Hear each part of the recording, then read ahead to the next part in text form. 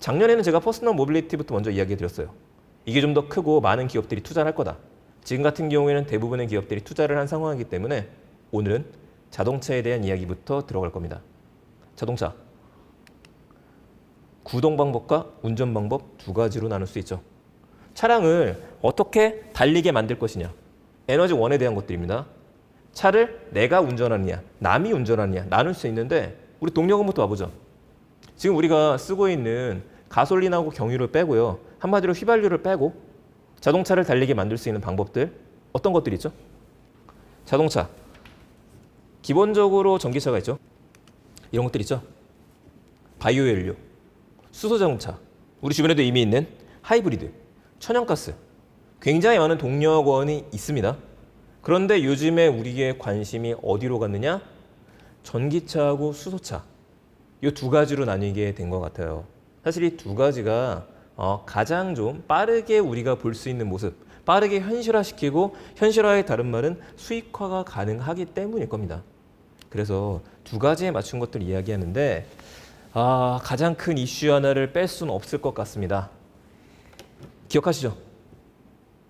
디젤 게이트. 폭스바겐이 몇 년 전에 디젤 게이트라는 사고가 있었습니다. 사고 사건? 재앙이었었죠. 왜냐면 우리는 보통 디젤은 친환경 디젤, 그린 에너지 이렇게 알고 있었어요. 디젤이 뭐지 하시면 안 됩니다. 여러분들 이제 주유소 가시면 경유라고 써 있죠. 그거 생각하시면 됩니다. 금액도 좀 더 저렴하고. 자, 그런데 이게 문제가 되면서 뭐라고 나왔느냐? 리콜까지 들어가게 돼 있었죠. 얼마 전에 기사가 하나 떴네요. 벤츠 너마저. 벤츠마저 디젤 게이트가 터졌다. 과징금이 776억이다. 역대 최고다.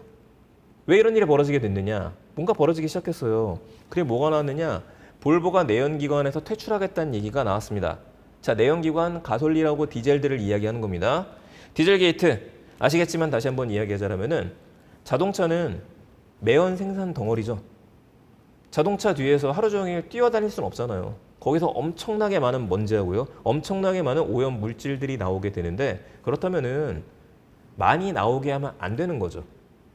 저감시켜야 됩니다. 당연히 매연에 대해서 감소시킬 수 있는 감소의 장치들은 비싸겠죠. 그런 것들을 달아놔야 됩니다. 닳지 않더라도 일단 각국마다 테스트를 해가지고 이 테스트를 통과를 해야지만 주행을 할 수 있게 되겠죠. 그런데 이거에 있어서 디젤 게이트가 터졌던 이유는 속였기 때문이었었죠. 디젤이니까 안전하다, 친환경이다 라고 이야기를 했었었는데 실제로 다시 한번 실험을 해보니까 오히려 우리가 달리는 휘발유차보다도 오염물질이 더 많이 나왔다. 이게 어떻게 된 거냐? 조직적인 은폐와 조직적인 사건이 있었기 때문에 이것 때문에 지금 디젤 게이트 터지면서 폭스바겐이 위태로웠었던 겁니다. 물론 요새는 주가가 다시 좀 올라가기는 했어요. 그러면서 이슈가 하나 터진 게 뭐였었느냐? 시원하게 나왔죠.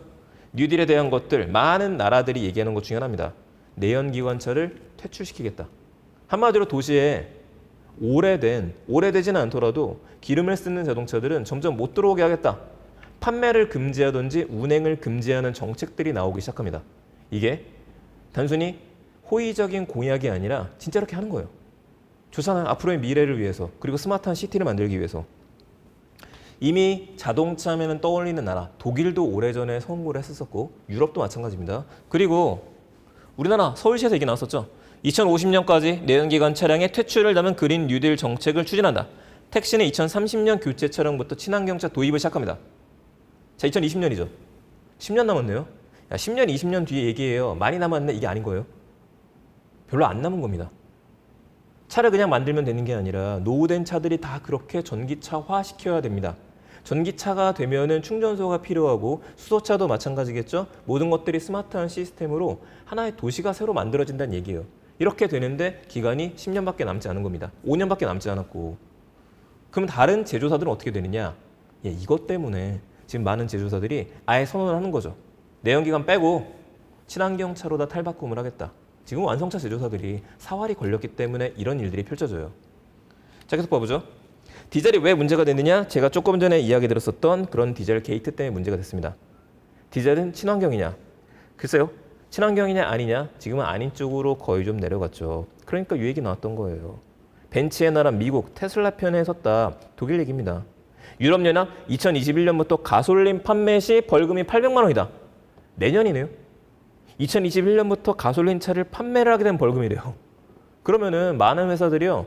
유럽의 물건을 팔기 위해서는 자동차를 팔기 위해서는 거기를 맞춰줘야 되는 겁니다. 내수 시장만 있는 게 아니기 때문에 맞춰서 판매해야 되니 지금부터 설비를 개설을 하고 만들어져야지만 그 차를 팔 수 있게 되는 거죠. 자, 이런 연관선에서 보셔야 돼요.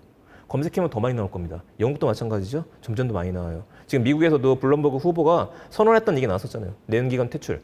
국내에서도 많은 후보들이 이런 얘기 하지 않을까 싶습니다.